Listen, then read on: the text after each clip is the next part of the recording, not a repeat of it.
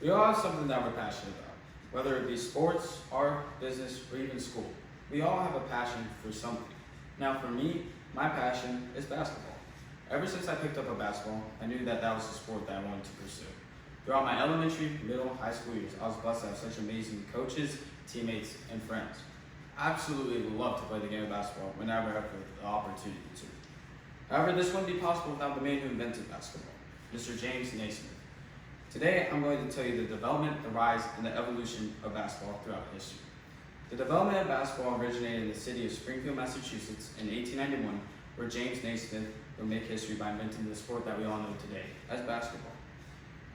Springfield.edu states that James Naismith was a graduate and instructor for physical education at Springfield College. And during the winter of 1891, all the football players were eager to find new activities to do indoors. So Naismith found a new activity by taking 2 half-bushel peach baskets and nailing them to the balcony on each side of the gym.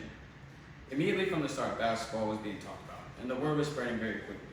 Many associations were wanting copies of the rules from Naismith. They were then published in the January 15, 1892 issue of The Triangle, which was the YMCA Training School's campus paper, according to Robert G. Logan, a sports writer for the Chicago Tribune. That's the development of basketball. Now, the rise of basketball. As basketball started to grow and kept getting more competitive, a league called the Basketball Association of America was created in 1946, according to NBA Hoops Online. The BAA ended up merging with the National Basketball League in 1949 to become what we know today as the NBA. The merging of the 2 leagues gave a total of 17 teams. However, due to financial troubles, that would end up dropping to 8 teams. And NBA Hoops Online states that that continued from 1955 to 1961 until the Chicago Packers decided to join the league. The Chicago Packers are now known today as the Washington Wizards. That addition to the league helped tremendously because then from 1966 to 2004, the league had an expansion boom of 21 teams joining the league. That's the rise of basketball. Now, the evolution of basketball isn't just about more teams joining the NBA, but also new rules being implemented to the game as well, such as the three-point shot. The three-point shot was invented by the American Basketball Association, the ABA, in 1967, according to Ryan Wood, author of the article titled The History of the Three-Pointer. Once the ABA and NBA merged in 1976, it wasn't until 1979 that the NBA actually decided to use the three-point shot as part of the game. Now, it wasn't just the game of basketball that was evolving, but also the players. Players such as Wilt Chamberlain and Bill Russell were some of the first ever greats to show how the game was meant to be played.